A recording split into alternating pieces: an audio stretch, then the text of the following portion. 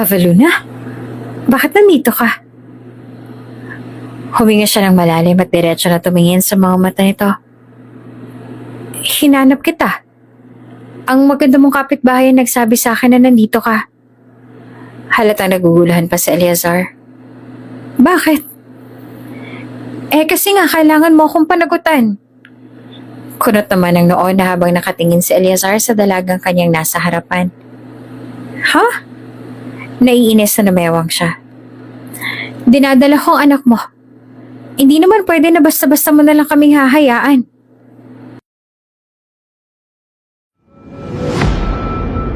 Kung bago ka pa lang sa channel na ito, Ate Jane TV, huwag kalimutang pindutin ang notification bell and subscribe button.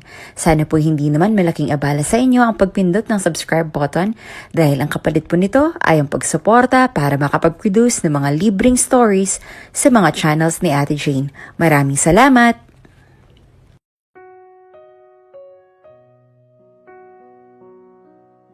Saan ka na naman ba pupunta, Avaluna? Ang aga-aga tapos aalis ka na naman. Hindi ka man lang ba manatili dito sa bahay? Magbasa na lang sana ng libro? Hindi ka na talaga mapirmi sa bahay. Walang araw na hindi ka umaalis. Kabababa lamang ni Avaluna sa hagdan nang salubungin siya ng mahabang litanya ng kanyang ina. Sinadya niyang gumising ng maaga. Iniisip na makaiwas siya sa pagbubunganga ng kanyang mommy. Ngunit tila ba nagising din ito ng maaga ngayon. Napabuntong hininga na lang siya. Alam niyang walang takas sa sermon ng umagang yon. Chill, Mom. Magpapa-pap smear lang po ako.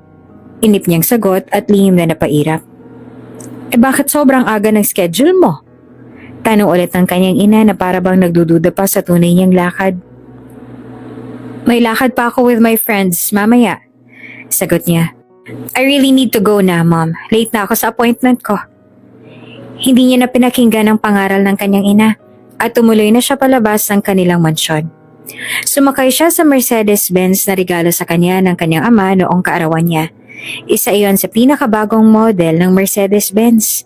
Pero kahit gaano pa ang ka-latest ang sasakyang iyon, hindi pa rin siya masaya. Ang talagang gusto ni Avaluna ay isang mamahaling sports car. Ang sabi nga ng ama niya, bibilhin din nito ang gusto niyang sports car, ngunit hindi pa nito alam kung kailan. Kasi ang gusto ng magulang niya ay maging good girl muna siya. Saan po tayo ngayon, Ma'am? Tanong sa kanya ni Manong Lito, ang driver niya. Sa clinic po, nilingon siya ng driver. Doon pa rin po ba sa lagi nating pinupuntahan? Yes, Manong. Saka na tayo pupunta sa derma after ng appointment ko ron. Tumango naman ang driver. Sige po, Ma'am. Habang nasa biyahe, nag-scroll naman si Avaluna ng Instagram niya. Nang may makita siyang bagong bag, agad-agad niya itong in-order. Ganito ang buhay na meron si Avaluna Bermudez. Buhay na pinapangarap ng lahat. Lumaki siya sa mayaman. Pinanganak siyang may gintong kutsara sa bibig. Lahat ng gustuhin niya ay agad niyang nakakamtan dahil sa kayamanan ng kanilang pamilya. Nakokontrol niya ang mga tao sa paligid niya gamit ang kanyang pera. Lahat sila ay napapasunod niya sa mga kagustuhan niya. Para kay Avaluna, walang hamon ang pagkamit ng mga bagay na gusto niya dahil sa malawak na koneksyon ng kanyang pamilya. Kung nanaisin man niyang makipag-date sa isang sikat na artista, hindi rin yun magiging mahirap sa kanya dahil magagamit niya ang impluwensya ng kanilang pamilya. Kaya't madalas siyang kainggitan ng mga tao sa kanyang paligid. Maging ang mga kaibigan niya ay nakadarama ng panibugho dahil sa karangyaan ng kanyang buhay. Good morning, Miss Bermudez. Salubong na pagbati sa kanya ng isang nurse pagpasok niya sa loob ng klinik. Good morning, nariyan ba si Doc Jewel? Opo, ma'am, nasa loob po siya. Sinamahan siya ng nurse papunta sa opisina ng OBGYN na siya ring doktor niya. Noon pa man ay maingat na si Avaluna sa kanyang kalusugan. Lagi niyang iniingatan ang sarili. Ayaw niyang matulad sa kanyang lola. Nahuli na nang nalaman na may cancer dahil sa sobrang pagtatrabaho. Ang cancer na iyon ang naging dahilan ng maagang pagpanaw ng kanyang lola.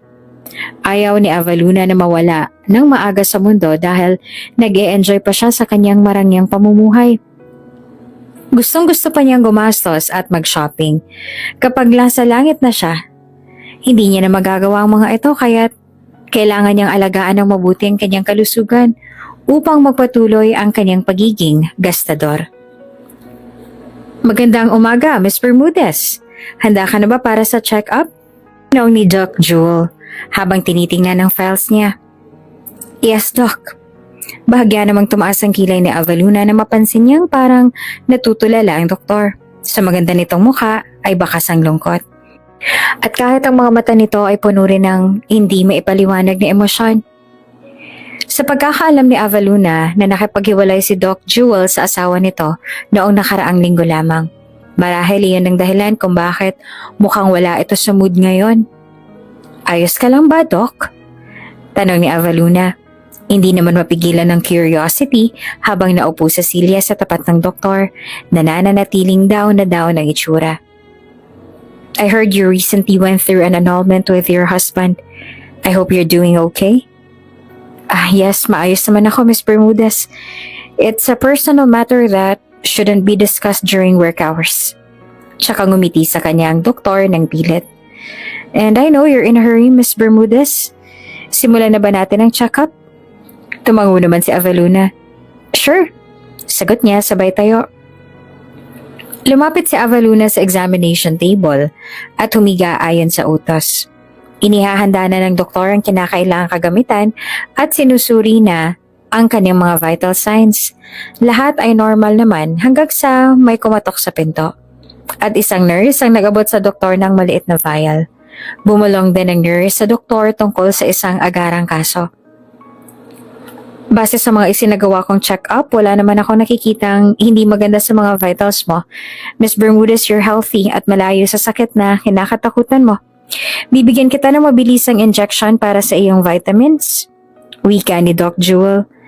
Nakahinga siya ng maluwag ng dahil doon. Ibig sabihin ay wala siyang anumang sakit at makakapag-gastos pa siya ng milyon-milyon. Tumango naman si Avaluna at hinayaan ng doktor na gawin ang kinakailangan. Dahil sa pagmamadali ng doktor, hindi na nito na double check ang vial. Mabilis na binigyan siya ng injection. Malaking tiwala ni Avaluna sa doktor kaya hindi na siya nagtanong pa. Kung may hindi ka magandang nararamdaman, bumalik ka lang sa akin. O di naman kaya magpa-check up ka sa general doctors. Nakangiting sabi naman sa kanya ni Doc Jewel matapos ang pag-inject nito ng vitamins sa kanya. Thank you, Doc.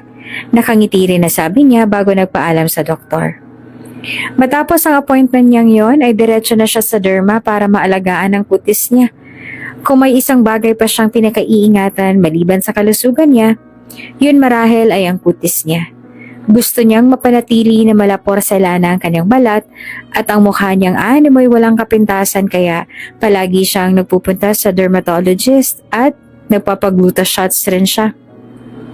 Wala naman kasi siyang ibang trabaho, kundi ang magpaganda lamang. Unlike others, hindi niya kailangang gumising ng maaga para lang magpaalila sa pera. Siya ang umaalila sa mga tao dahil siya ang may pera.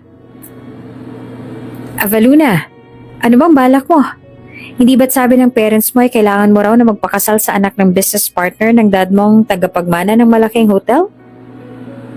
Yeah, sagot niya na may sumimsim sa order niyang matcha. Matapos niya magpa-derma ay tumawag sa kanyang mga kaibigan niya para makipagkita kaya nandito sila ngayon sa isang coffee shop. And as usual, ang buhay niya na naman ang topic nila ngayon. Nasanay na rin siya sa ganon. Paano kapag sariling buhay nila ang kanilang pag-uusapan wala namang mainteresadong makinig sa kanila? So may plano ka na magpakasal sa kanya? Tanong pa ni Avery. Golden ang buhok nito dahil sa kaka-bleach at may hawak itong latest na iPhone model. Yes, magpapakasal ako sa kanya. I mean, wala naman sigurong problem doon, right? I'm single. And he's a rich man naman. He can give me the life that I deserve. Sagot ni Avaluna, sabay ngiti sa mga kaibigan niya na nagkatinginan. Magpapakasal ka sa kanya dahil lang sa mayaman siya? Yes. Iyon lang naman ang kailangan ko. Mayaman na asawa para sa lifestyle kong to. Ayoko sa mga mahihirap Sagot niya. Kahit hindi mo siya mahal, pakakasalan mo pa rin siya? Tanong naman ni Julia. Oo, aanin ko naman ang pagmamahal na yan kung mamamatay lang din ako sa gutom at hindi ko mabibili ang mga luho ko sa buhay. Matapos na laruan sa coffee shop ay nag-shopping na rin sila. Sinulit na ni Avaluna ang oras habang nasa labas siya dahil sigurado siya na paggagalitan na naman siya ng mommy niya pag uwi niya at hindi na naman siya hahayaan na lumabas ng kanilang mansyon. For sure, isang linggo na naman siyang grounded at ang magagawa niya lang ay mag-online shopping. Ano ba nangyayari sa'yo, Avaluna? Bakit kanina ka pa naduduwal? Ilang araw ka nang lagi na lang ganyan, may sakit ka ba? Nag-aalala na tanong ng kanyang ina pagkatapos siyang maduwal sa kanilang lababo. I don't know, Mom. Hindi ko lang talaga gusto yung amoy ng niluluto ni Manang. Sagot niya bago bumalik sa upuan niya. Hindi mo gusto? Hindi ba't ang fried rice ang niluluto ni Manang Alicia? Yan ang gustong gusto mo. Yes, noon po. Pero ngayon ayoko na ng lasa. Paliwanag niya na mas ikinakunot naman ang noon ng magulang niya nakikinig sa kanya. And why not? Ba't naman biglang nagbago ang panlasa mo? May hindi ba magandang nangyari sa'yo? Nag-aalalang tanong naman ng kanyang ama. Wala naman po, Dad. Ayoko lang ng lasa at amoy ng bawang na ginamit ni Manang sa fried rice na yan. After tasting it, parang hindi ko na ulit kayang kainin pa yan. I don't like it. Nasusuka ako sa lasa at sa amoy. Masama pang tingin ni Avaluna sa sinangag na luto ni Manang Alicia na dahilan kaya nasuka siya kahit pa napakaaga pa lamang. Hindi kaya dahil yan sa walang tigil mong pag-inom, Avaluna? Laging may nahahanap si Manang Alicia na bote ng alak sa kwarto mo. Nako, ang mabuti pa magpa-check up ka ulit, baka may sakit ka na sa atay dahil sa kakaalak mo. Hindi na siya kumibo. Pero iniisip niya rin kung ano ang sinabi ng mommy niya. Paano? Kung may sakit nga siya talaga dahil sa kakainom niya. Mahilig kasi talaga si Avaluna sa wine at alak. Ang pagiging mahilig niya sa mga ganon ay namana niya sa lolo niyang may mga wine collections. Kaya bago pa man siya mag-overthink ng malala, matapos nilang mag-agahan ay naisip niyang magpa-check up. Mahigit 1 linggo rin kasi nitong nararamdaman niya na lagi siyang nahihilo at nasusuka. Dok, ano po bang sakit ko? Bakit ganito po ang nararamdaman ko? Tanong ni Avaluna sa lalaking doktor matapos niyang sabihin dito ang lahat ng sintomas na nararamdaman niya. Ang sabi mo ay higit 1 linggo mo nang nararamdaman ng mga symptoms na ito, right? Tumango si Avaluna. Kailan ka huling nakipagtalik? Po? Naguguluhan niyang tanong. Hindi maintindihan ko anong kinalaman ng sex sa nararamdaman niya. Virgin pa po ako, Doc. I never had any sexual intercourse. Nagtataka na tinignan siya ng doktor. Are you sure? Naguguluhan siyang tumango. Opo, Doc. Pero base sa mga nararamdaman mong mga sintomas, you're pregnant. Gusto na Avaluna na matawa ng malakas dahil sa sinabi ng doktor. No, actually gusto niya itong pagmumurahin. Dahil paano naman siya mabubuntis kung berhen pa nga siya? Ang mabuti pa ay gamitin mo ang pregnancy test na to. Ang 3 nang gamitin mo para mas makasigurado tayo sa resulta. Nainis man ay kinuha niya ang pregnancy test at pumasok sa banyo na sinabi ng doktor. Tulad nga ng utos ng doktor, ang 3 pregnancy test na ginamit niya at halos napako si Avaluna sa kanyang kinatatayuan at namilog ang mga mata niya habang nakatingin sa 2 guhit sa 3 PT na hawak niya. Anong ibig sabihin nito? Hindi makapaniwalang tanong ni Avaluna. Bakit ganitong resulta? Mabilis ang tibok ng puso niya at malakas din ang kabog ng dibdib niya. Lumabas siya ng banyo at lumapit sa doktor na hinihintay naman siya. Sa itsura pa lamang niya ay tila alam agad ng doktor kung anong resulta. Nang ibigay niya rito ang PT na pailing ang doktor. Yes, you really are pregnant, Miss Bermudez. Pero paano naman nangyari yun, Doc? Katulad po ng sabi ko, virgin pa po ako, wala pa po akong nakakatalik. Hindi ko po alam kung anong dahilan at biglang nag-positive yan. Ang sabi sa kanya ng doktor, maghintay pa siya ng ilang oras dahil may isasagawa pa itong ibang tests to make sure na hindi nga mali ang resulta sa pregnancy test na ginamit niya At habang naghihintay siya doon ay mas lalo siyang kinakabahan. Hindi niya alam kung anong nangyari. Hindi niya alam kung paano ba siyang nabuntis gayong alam niya sa sarili niya na virgin pa siya. May mga naging boyfriends naman siya noon pero hindi siya pumayag na may mangyari sa kanila kaya wala pa talaga siyang nakakatalik. Wala siyang nakikitang dahilan para mabuntis siya. Pwede kaya na mabuntis ang isang tao dahil lang sa kakapanood ng mga K-drama? Hindi niya na alam. Gulong-gulo na siya. Ilang sandali pa ay bumalik na ang doktor dala ang resulta ng tests na ginawa sa kanya. Mas lalo lang kinabahan sa Avaluna at hinihiling na sana mali lang talaga ang resulta ng pregnancy test. Ms. Bermudez, based on the tests we've conducted, we've ruled out any condition that could cause a false positive, such as a certain ovarian cysts or recent medications. And since you've tested negative for all those factors, it confirms that you're indeed pregnant. Mas lalong bumagsak ang balikat niya dahil sa sinabi ng doktor. Hindi talaga siya makapaniwala na buntis siya. Pero, paano po nangyari ito, Doc? Naluluha na siya. Actually, ngayon lang kami nakatagpo ng case ng katulad mo. You're a virgin and suddenly you got pregnant. We have confirmed that you are indeed still a virgin, which is why it's nearly impossible for you to get pregnant without having a sexual intercourse. Unless semen is introduced in some other way, such as through an injection. Tinignan ulit ng doktor ang records niya at napailing. May mga check-ups ka ba na sinagawa mo bago mo naramdaman ang mga sintomas na nararamdaman mo ngayon? Tumango si Avaluna. Opo, a month ago nagpa-pap smear po ako to make sure na wala akong ibang sakit.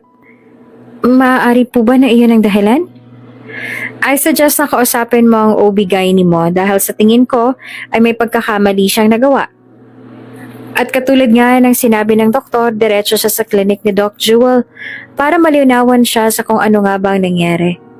Habang nasa biyahe ay halos wala na siya sa kanyang sarili at nakatulala lang siya.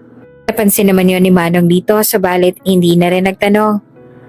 Ang sabi ng doktor na nag-check up sa akin ay buntis daw po ako, Doc. Maari bang may kinalaman daw po ito sa pagpapacheck up po sa inyo last month dahil doon lang naman po nagsimula ang lahat? Naluluha si Avaluna habang tinitingnan ng doktor. Kailangan ko pong malaman kung anong totoo. You know my parents and they're going to hate me kapag nalaman nila na buntis ako. Kung may pagkakamali man po kayo, I am giving you a chance na maitama ang nagawa ninyo. Napansin ng doktor na may mali nga, kaya't agad nitong tiningnan ang mga records niya at nandamig na makita ang isang note tungkol sa isang fertility procedure na nakaschedule para sa ibang pasyente noong araw na iyon. Ms. Bermudez, kailangan natin agad mag-run ng tests. Naalarma na sabi ng doktor. Tumango naman si Avaluna. Bilang papayag at matapos ang ilang test, bumalik ang doktor na may mabigat na ekspresyon. Nagbuntong hininga naman ng doktor at kakikitaan ng mabigat na ekspresyon ng mukha. Hindi agad ito nakapagsalita at para bang hinahanap pa ang tamang salita na sasabihin sa kanya. Ano pong resulta, Doc? Bakit po ako nabuntis? May pagkakamali po ba sa resulta ng niran na test sa akin ng doktor kanina? Malungkot na nagbuntong hininga ang doktor. Ms. Bermudez, lumalabas na noong huling bisita mo, nagkaroon ng pagkakamali. Hindi sinasadya na ikaw ang naturukan ng sperm na paray sa isang fertility treatment. Napaawang naman ang bibig niya dahil sa sinabi nito. Ano? Halos pabulong na sabi niya. Pero paano nangyari yun? Kung ganon, ay tunay pong buntis ako dahil sa pagkakamali ninyo? Tumango naman ang doktor. Kitang-kita sa mga mata ng babaeng doktor ang labis sa pagsisisi habang si Avaluna naman ay animoy nawasak ang mundo. Parang nauupos na kandila na napabalik sa upuan si Avaluna. Pasensya na, Ms. Bermudez. Isang malaking pagkakamali ito. Nananatili siyang walang kibo at nakaupo lang siya sa sulok. Ngayon ay nasa estado siya ng labis na pagkabigla. Hindi niya alam kung paanong tatanggapin ang nangyari. Ganon pa man, sinisigurado ni Avaluna na hindi niya palalampasin ang nangyari. Kahit na napalapit na sa kanya si Doc Jewel at kaibigan na rin ang turing niya dito, hindi siya papayag na hindi nito panagutan ang pagkakamali nito. Sa lalong madaling panahon ay magsasampa siya ng kaso. Anong ibig mong sabihin, Avaluna? Paanong nabuntis ka dahil lang sa isang pagkakamali? Ang pahisteryang sigaw ng kanyang ina matapos niyang ipaalam sa kanila na nagdadalang tao siya. I'm sorry, Mom, Dad. Umiiyak na sabi niya. Hindi ako makapaniwala na magagawa mo to, Avaluna. Malaking tiwala namin sa'yo ng iyong ama. Tapos bigla mo lang wawasakin? Nagpabuntis ka pa talaga? Umiling siya, patuloy sa pagpatakang luha sa kanyang mga mata.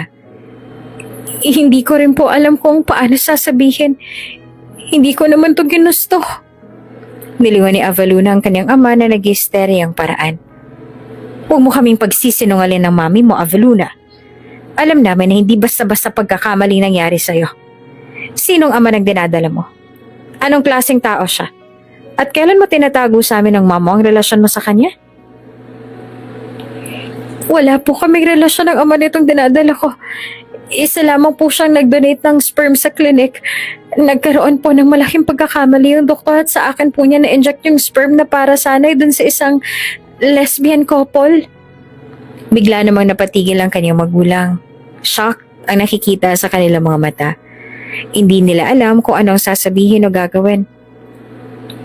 Ipapatawag natin ang doktor na may gawa ng lahat na to. Kailangan nilang magpaliwanag.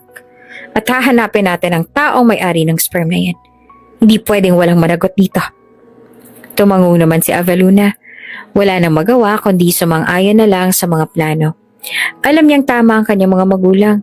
Katulad nga ng sabi ni Mr. Bermudez, ipinatawag muna nila si Doc Jewel at inalam ang impormasyon tungkol sa may-ari ng sperm na aksidenteng naiturok sa kanya.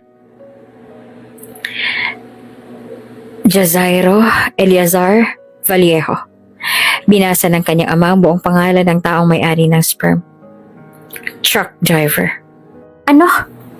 Truck driver lamang nakabuntis sa anak ko? Pahisteryong bulyaw pa ng kanyang ina.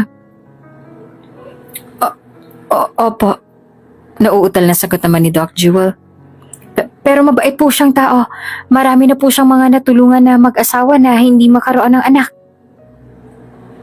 Ang ibig mong sabihin ay marami na siyang mga anak dahil ipinamimigay niya kung kani-kanino lang ang semilya niya. Mas lalo pang nagalit ang kanyang ina.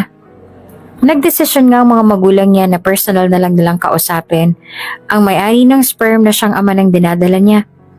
Sinabi ni Doc Jewel kung ano ang address ni Jazairo Eleazar Vallejo. Yan lamang ang bahay niya. Naiiling na sabi ng kanyang ama habang nakatingin sa bahay na nasa kanilang harapan. Paano isang tao na nakatira sa bahay na yan na animoy bahay ng isang daga ang siyang nakabuntis sa anak natin? This is unbelievable. Unacceptable. Dad, hindi niya ako nabuntis. Isang pagkakamali lang pong nangyari. Dahilan pa ni Avaluna na hindi na matanggap na ang ama ng dinadala niya ay nakatira lamang sa parabang bahay na malapit ang mademolish. Ang atensyon nila ay parehong napabaling sa isang malaking truck na pumarada sa gilid ng kalsada. Nananatili ang tingin ni Avaluna sa isang lalaki na bumaba mula sa truck.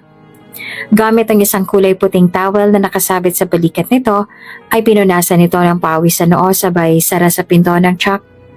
Ginulo rin ang kamay ang itim na buhok bago tumingin sa direksyon nila at bahagyang nagtaka. Ang mga magulang niya ay napatitig din sa lalaki.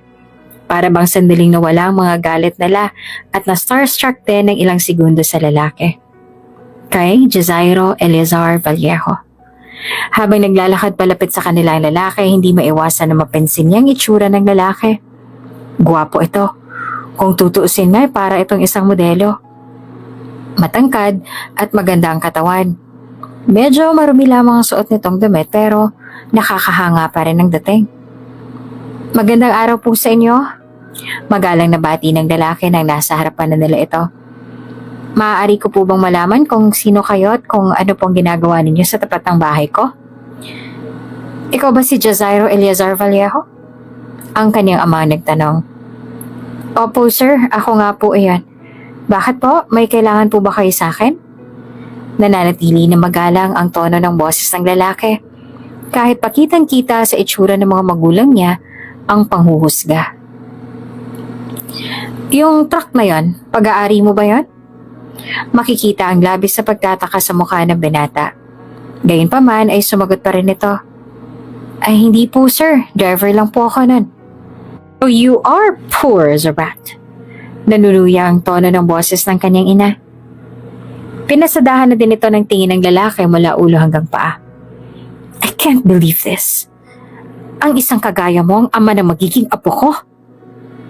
Po? Magkasalubong ang kilay ng lalaki at puno rin ng pagtataka na bumaling kay Evaluna na nananatiling tahimik. Ano pong ibig niyong sabihin, ma'am, sir? Our daughter is pregnant. At ikaw ang ama ng tinadala niya. Sagot ng kanyang ama. Tumingin ulit ang lalaki kay Evaluna. Hindi ko po kayo maintindihan, ma'am, sir. Paano ko naman po mabubuntis ang anak niyo kung ngayon ko lamang po siya nakita? Ang mabuti pa ay mag-usap tayo sa loob ng tahanan mo. Ayoko na may ibang tao makakarinig sa kung ano man ang mga sasabihin namin at mapahiya pang anak ko. Bagaman kitang-kita pa rin sa mukha ni Eleazar na labis itong naguguluhan sa lahat ng mga nangyayari, nananatili pa rin na mabait at magalang ang tono ng boses nito. Pumasok sila sa loob ng bahay nito at hindi maiwasan na mapansin ni Evaluna ang paligid. Maliit lang ang bahay ng lalaki. Pasok po kayo, sabi ni Eleazar pagbukas nito ng pinto. Naunang pumasok ang magulang niya at nag-alangan pa si Evaluna na sumunod. Maliit lang ang bahay ni Jazairo Eleazar Vallejo. Sapat lang ang space para sa isang tao. Pwede rin siguro sa dalawa. Pero para kay Evaluna, mas malaki pa ata ang banyo sa kwarto niya kaysa sa bahay ng lalaki. Malayong malayo ang bahay nito sa bahay na kinalakihan ni Evaluna na malawak na mansyon. Malayong malayo rin sa bahay na pangarap niyang maging pag-aari ng magiging asawa niya at magiging ama ng mga anak niya. Konti lang ang mga gamit sa bahay ni Eleazar at lahat ng iyon ay puro luma. Marumi rin ang bahay nito na para bang ilang araw nang hindi nakakapaglinis. Sa isip ni Evaluna, paano nagawa ni Eleazar na tumira sa ganitong kasikip at pangit na bahay? Mas maganda pa nga siguro ang bahay ng aso niya kaysa sa bahay nito. At least yung aso niya naka-aircon. Samantalang ang bahay ni Eleazar, akala mo'y malapit ng maging oven. Agad naman na nagligpit si Eleazar ng mga kalat na gamit sa maliit na sala nito. Pasensya na po kayo, ma'am, sir. Magulo pong bahay ko. Hindi po kasi ako nakakapaglinis. Kakauwi ko lang po kasi galing sa trabaho. Nag-deliver po kasi kami sa Pangasinan. Hindi ko rin po inaasahan na darating kayo. Paghingi ng dispensa ni Eleazar. Maupo muna kayo. Tahimik namang sinulyapan ni Evaluna ang mga magulang niya na tahimik din nakamasid. Ang kanilang mga mukha ay halatang punong-puno ng panghuhusga habang tinitingnan ang paligid. Hindi namin lubos maisip na dito ka lang nakatira at maaaring dito rin tumira habang buhay ang aming anak. Napailing ang daddy niya bago naupo sa mahabang sofa.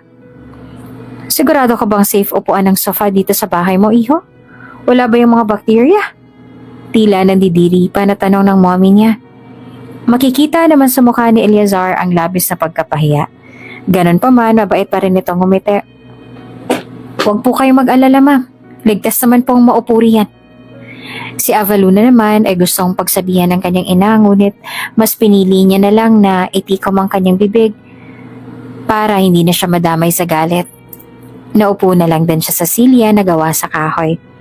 Si Eleazar naman ay nananatiling nakatayo sa may likod ng sofa. Tila nag-iisip din kung ano bang dapat na gawin at kung anong mga mangyayari ngayon. Gusto niyo po ba ng juice? Maya-maya pa ay nag-alok si Eleazar.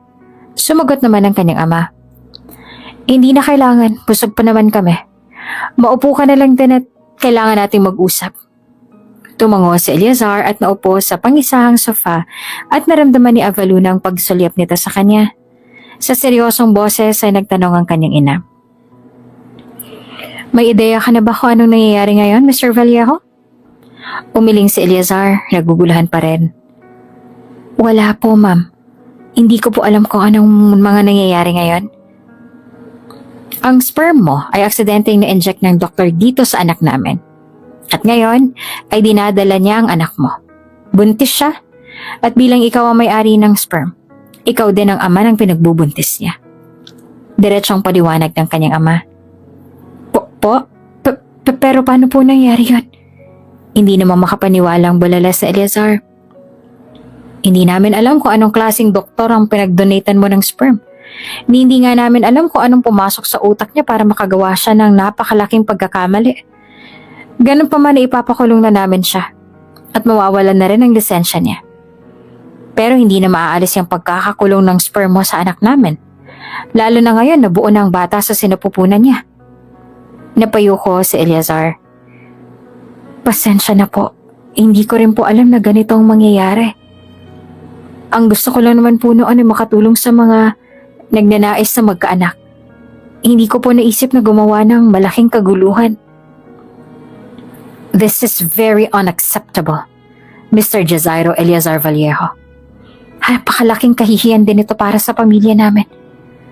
Ngayon pa lang na-i-imagine ko na kung anong sasabihin sa amin ng mga tao sa oras na malaman nila na nang-iisa naming anak ay nabuntis lamang ng isang hamak na truck driver. Disappointed na wika ng kanyang ina. Tiningnan ni Avaluna ang kanyang mommy. Kitang-kita pa rin ang galit sa mga mata nito. At alam niyang wala na namang maganda ang lalabas mula sa bibig nito.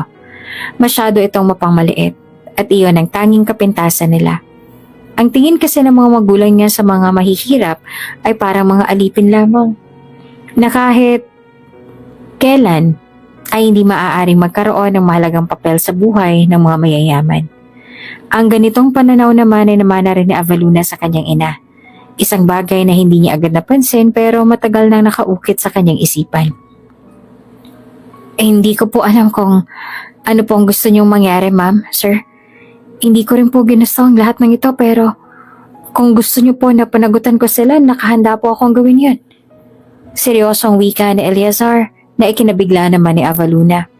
Hindi niya inaasahan na iyon ang magiging desisyon ni Eleazar. Mataas ang boses at alatang hindi natutuwa na nagsalita ang kanyang ina. Pananagutan mo sila kahit ang buhay mo ay mas mahirap pa sa daga?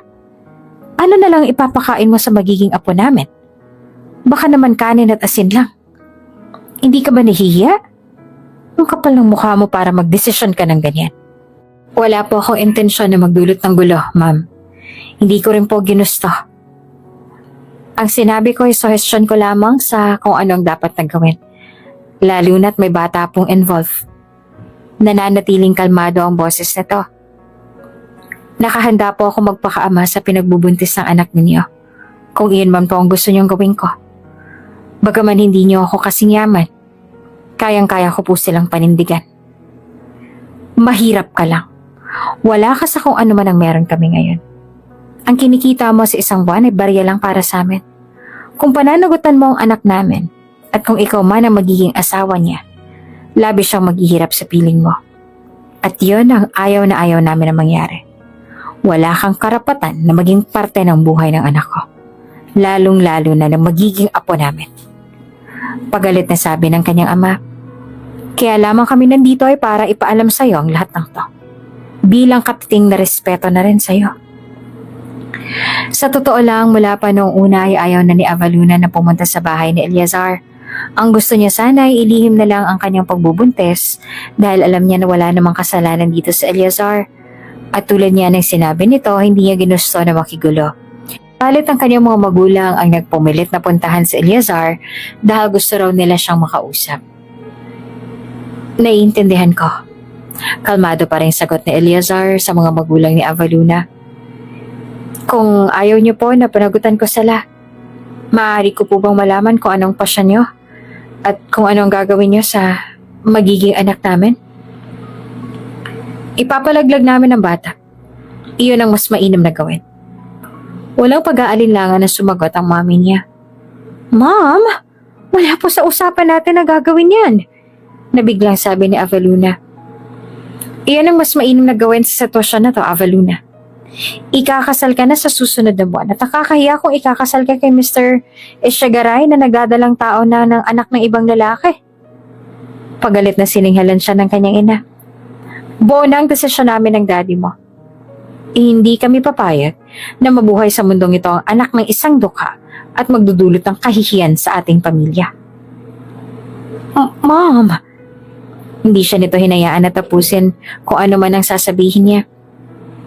Huwag ka nang magreklamo, Avaluna. Para lang din naman ito sa ikabubuti mo. Kung bubuhayin mo ang bata na yan dito sa mundo, at kung hahayaan mo ang dukhang lalaking to na panagutan ka, mahihirapan ka sa magiging buhay mo. Hindi ka pa naman sanay sa buhay ng isang mahirap. Sanay at lumaki ka sa yaman. At si Mr. Shekaray, siya lang makakapagbigay sa iyo ng maayos na buhay. Habang nagsasalita ang ina ni Avaluna, pinagsiklop ni Eleazar ang mga kamay at pinatong sa kanyang tuhod. Napayuko siya at malalim na nag-isip. Gusto sana ni Eleazar na tutulan ang nais ng mga magulang ni Avaluna, ngunit hindi niya magawa. Seryoso siya sa sinabi niya kanina. Nakahanda siyang panagutan ang nangyari, kahit na wala naman siyang kasalanan. Pero naiintindihan din niya kung anong gustong mangyari ng mga magulang ni Avaluna. Gusto nila ng maayos sa buhay para sa kanilang anak. Tama sila, na hindi niya maibibigay yon dahil mahirap lamang siya. Sa totoo lang, Mr. Vallejo, hindi na sana namin ito ipapaalam sa iyo. Ngunit bilang paggalang sa iyo ay narito kami para ipaalam sa iyo ang aming desisyon. Lalo na't ikaw ang ama ng batang dinadala ng anak namin. Pero sasabihin namin sa iyo na wala kang magagawa para mabago ang alinman sa desisyon namin ngayon. Pagpapatuloy naman ng ama ni Avaluna. Tiningnan ni Avaluna si Eleazar at napansin niyang nakangitingin pa rin nito sa kanya. Ang mga mata nito ay puno ng emosyon, habang siya naman ay pilit na binabasa kung ano ang tumatakbo sa isipan nito. Sinubukan niyang alamin kung ano ang iniisip nito sa mga oras na yon. Ibinaling ni Eleazar ang tingin sa magulang ni Avaluna at nagbuntong hininga ng malalim. Kung iyon po ang desisyon ninyo, iyon po ang masusunod, ma'am. Sir, seryosong sabi pa ni Eleazar. Naiintindihan ko po kayo at alam ko po kung ano ang pinanggagalingan ng desisyon ninyo. Ikakasal na ang anak ninyo at ayaw ko rin po na makagulo sa pag-iibigan nila. Tama rin po kayo na hindi ko maibibigay sa anak ninyo ang magandang buhay dahil mahirap lang po ako. Ayoko rin naman po na maranasan nila ang labis sa paghihirap sa piling ko kung maaari naman yung maranasan ng kaginawaan sa piling na taong pakakasalan niya. Maraming salamat po at nag-abala pa kayong pumunta sa bahay ko para ipaalam sa akin na magiging ama na ako. Sa loob ng ilang minuto, naranasan ko rin na maging isang ama. Sapat na po yan para sa akin. Tumayo si Eleazar at ngumiti na para bang baliwala lang sa kanya ang desisyon ng magulang ni Avaluna. Samantalang si Avaluna naman ay tahimik at hindi makapaniwala. Kung ang magulang niya ay pabor sa desisyon ni Eleazar na pumayag na ipalaglag ang dinadala niya, siya ay hindi. Ayaw niyang idamay ang walang kamuwang-muwang sa lahat ng ito. May buhay ang nasa loob ng kanyang sinapupunan.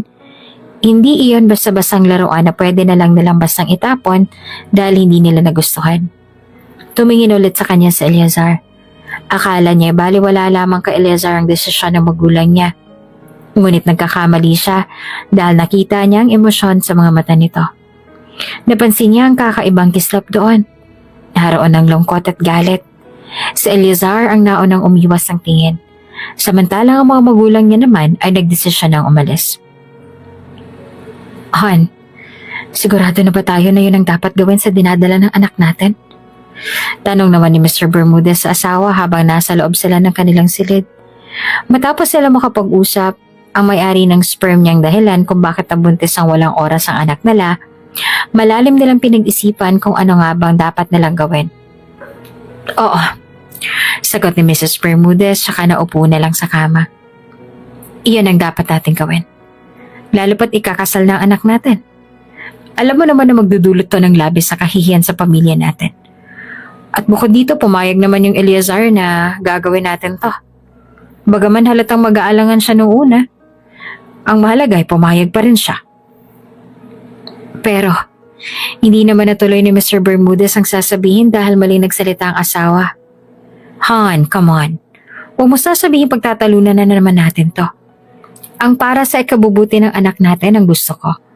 At pareho natin alam na hindi niya mararanasan ng maayos sa buhay sa piling ng lalaking yan na isa lamang truck driver. Baka nga hindi niya pa mapakain ang anak natin ng 3 beses sa isang araw kung sakali man na silang dalawang magkasama. Isa pa sigurado naman tayo na wala talagang relasyon ng dalawa. At lahat ng to ay isang pagkakamali lamang. Malaking pagkakamali lamang. Nagbuntong hininga si Mr. Bermudez at tumango bilang pagsang-ayon sa desisyon ng asawa. Samantala, kanina pang hindi mapakali si Avaluna sa loob ng kanyang kwarto. Kanina pa siya nag-iisip kung ano ang dapat gawin. Hindi siya sang-ayon sa gusto ng mga magulang niya. Kahit na hindi niya ginusto ang pagdadalang tao niya ngayon, ayaw niyang sapilitan itong ipalaglag. Ayaw niyang mawala ang anak niya. Ayaw niyang maging masamang ina. Oo nga, at para rin sa pagkakaroon ng maayos sa buhay ang desisyon ng mga magulang niyang ipalaglag ang dinadala niya. Alam ni Avaluna sa sarili niya na hindi talaga siya yung tipo na kayang mabuhay na mahirap. Dahil tulad ng sabi ng kanyang mga magulang, lumaki siyang sanay sa yaman. Subalit kung ang ibig sabihin ng pagpili niya sa kahirapan ay ang buhay na magiging anak niya, handa siyang maging mahirap para sa kanyang anak. Anak, kahit na pumayag ang daddy mo na ipalaglag ka, pangako sa'yo ni mommy na hindi ako papayag na mangyari yun. Bubuhayin kita dito sa mundo at ipapakita ko sa'yo kung gaanong kasayang mabuhay. Gusto ko makita mo kung gaanong kaganda at kakulay ang mundo.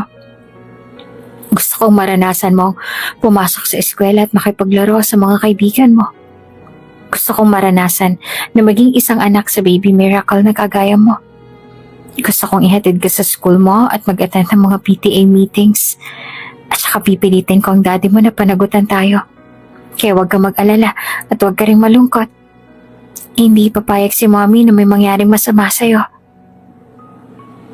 Hindi niya ginusto ang lahat ng ito. Hindi man niya hiniling na binigyan siya ng anak. Ngunit ang Diyos na ang nagpasya na maging ina siya sa isang anghel. Kaya't hindi siya papayag na mawala sa kanyang anak niya. Hindi siya makakapayag na hindi nito maranasan ang magandang buhay sa mundong ito. Unti-unti niyang tinatanggap na magiging isang ina na siya. At sa totoo lamang, masarap pala sa pakiramdam na maging isang ina. No wonder kung bakit maraming mga naghahangad na maging ina. At nang gabi ngang iyon ay nabuo na rin ang pasya ni Avaluna. Hindi siya papayag sa kung ano ang gustong mangyari ng magulang niya. At hindi niya rin itutuloy ang pagpapakasal kay Arcangel Shagaray kung sakali man na hindi nito matanggap na nagdadalang tao siya. Ano bang sinasabi mo, Avaluna? Anong ayaw mong sumunod sa gusto namin ng daddy mo? Pagalit na tanong naman ng mommy niya nang sabihin niya sa kanila kung ano ang pasya niya na hindi niya susundin kung anong gusto nilang mangyari sa dinadala niya. Nakapagdesisyon na po ako, mommy. Gusto ko pong buhayin ang dinadala ko. Gusto ko po na maging isang ina sa kanya. Hindi po ako papayag sa gusto niyong mangyari na ipalaglag ko ang bata dahil wala naman po siyang kasalanan sa lahat ng to. Inosente ang anak ko. At bilang kanyang ina, kailangan ko siyang panagutan. Puno naman ng disappointment ang mukha ng kanyang ina, habang ang daddy niya naman ay nananatiling tahimik at hindi mawari kung anong klase ng emosyon ang nasa mukha nito. No, alam mo ikakasal ka na. At sigurado ako na hindi papayag si Arcangel na magpakasal sa'yo kapag nalaman niyang buntis ka at ibang lalaking ama. Bulyaw ng kanyang ina. Nasa kanya na po yun, mommy. I am going to explain to him kung ano nga bang nangyari. At kapag hindi niya matanggap ang anak ko, then I'll call off the wedding. Hindi ko naman po kaya magpakasal sa isang tao na hindi rin matatanggap ang anak ko. What? Kakausapin mo si Arcangel at sasabihin mo sa kanyang tungkol sa anak mo?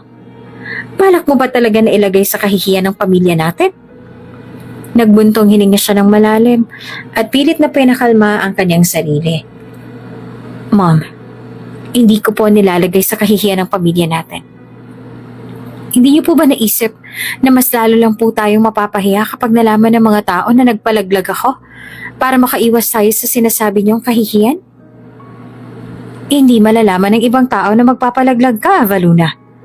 Itatago natin yan sa lahat at walang kahit sinong magdududa. Hindi na hinayaan ni Avaluna na matapos ang mommy niya ang kung anumang sasabihin nito.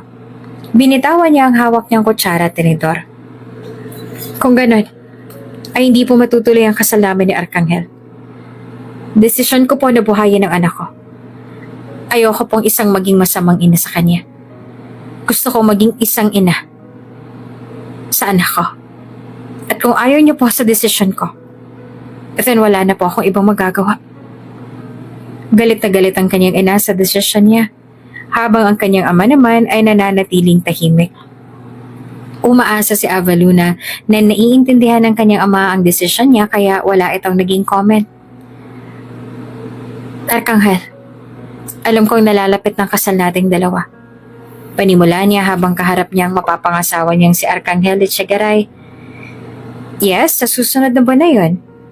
Iyon bang dahilan kung bakit mo ako tinawagan para makapag-usap tayo tungkol sa nalalapit nating kasal? Tanong naman ng binata. Ang asol nitong mga mata ay diretsyong nakatingin sa kanya. Sa kabila ng bad boy look ni Arkanghel ay mabait naman ito. Ang tingin nga lang dito ng ibang tao ay masama ang ugali. Maybe because it's from one of the wealthiest family at ang pamilya na pinanggalingan nito ay kilala din sa hindi ka ganong ganda ang pag-uugali. Yes, tapat niyang sagot na ikinataas naman ng labi ni Arkanghel at nagpipigil ng ngiti. Why? Gusto mo bang madaliin na kaagad ang kasal natin? No? Sagot ni Avaluna. Bahagya na bang natigilan si Arkanghel kapag kuwanay mahina ulit itong natawa at saka tumango na para bang nakukuha na nito kung ano man ang gusto niyang mangyari. Kaya ako nakikiusap sa'yo na kung pwede ba tayo magkita dahil may gusto akong ipagtapat sa'yo. What is it?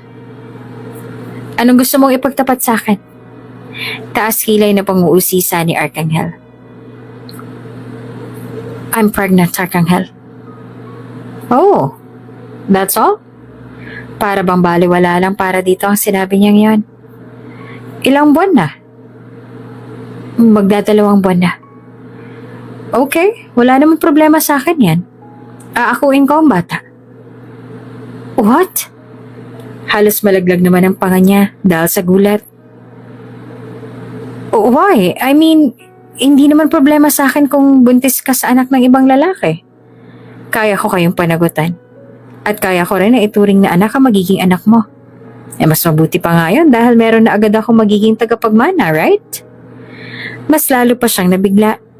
Hindi niya inaasahan ang lahat ng yon mula kay Arkanghel. Ang buong akala niya kasi magagalit ito sa kanya dahil nabuntis siya. Hindi niya naman inaasahan na willing itong tanggapin siya at handa rin itong magpakaama sa magiging anak niya. I appreciate that, Arkanghel. Pero, ayoko na ibigay sa iyong responsibilidad sa amin ng ama ng anak ko. Seryosong sabi niya. Kung ganon, balak mo bang mag-back out sa kasal natin para makasama ang ama ng anak mo? May pag-aalangan siyang tumango. Alam ni Avaluna na wala na siyang ibang pwedeng magagawa sa desisyon niyang ito. Hindi niya na maibabalik pa kung ano man ang katagang lalabas sa bibig niya. Ganon pa man ay buo na rin ang desisyon niya. I'm sorry. Ang tangi niya na lang nasabi. Tumango si Arkanghel at saka malungkot na ngumiti. Aminado ako.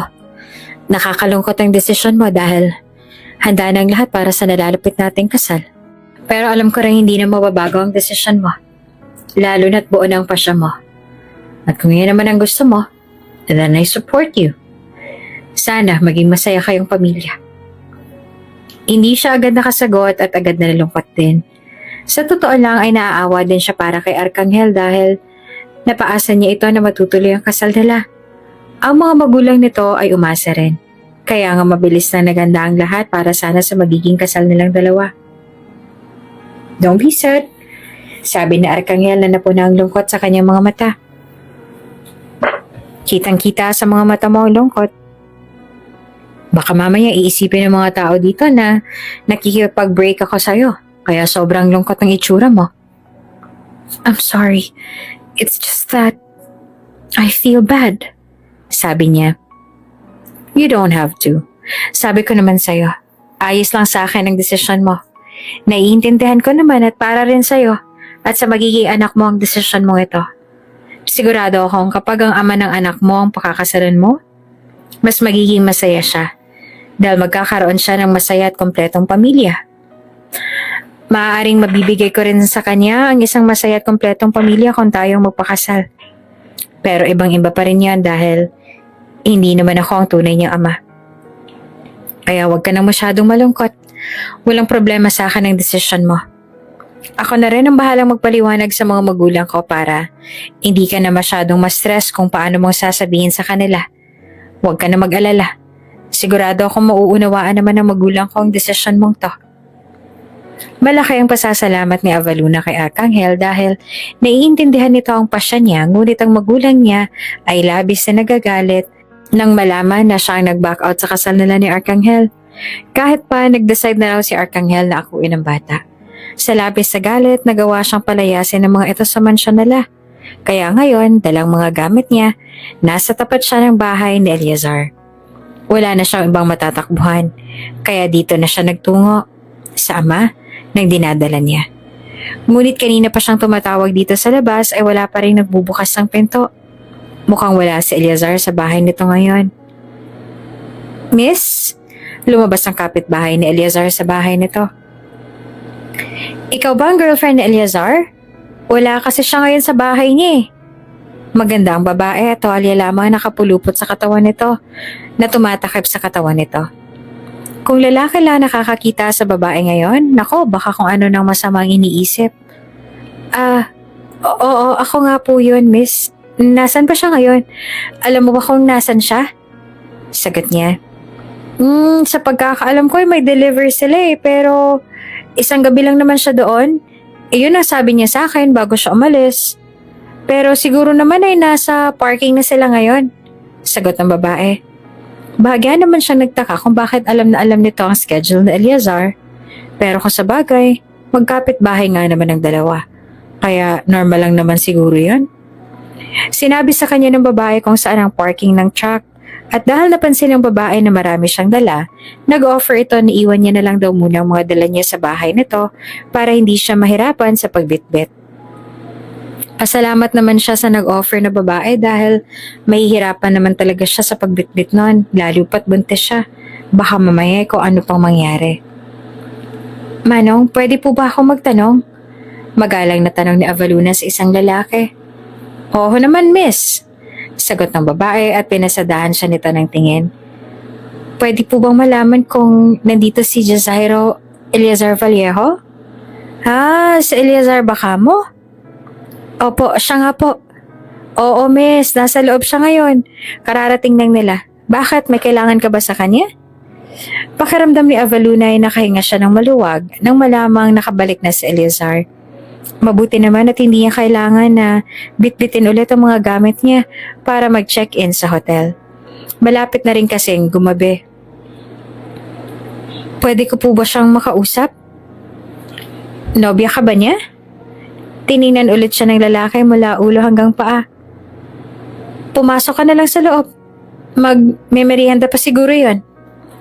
Awkward siyang nagpasalamat sa lalaki at pumasok na siya sa warehouse. Mabuti na lamang at namataan niya na rin naman agad si Eleazar na kasama pang ibang mga lalaki at nag-uusap-usap sila. Nakita siya ng isang lalaki na kausap na Eleazar. Siniko ng lalaki si Eleazar at ginuso siya kaya tumingin din sa kanya si Eleazar na nagulat pang pagkakita sa kanya. May kung anong sinabi si Eleazar sa mga kausap nito. Nagpaalam siguro. Bago naglakad papalapit sa kanya. Si Avaluna naman ay kinakabahan habang naglalakad si Eleazar. Avaluna? Ba't nandito ka? Huminga siya ng malalim at diretsong tumingin sa mga mata nito. Hinanap kita.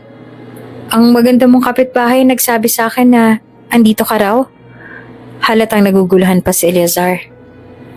Bakit? Kasi nga kailangan mo akong panagutan.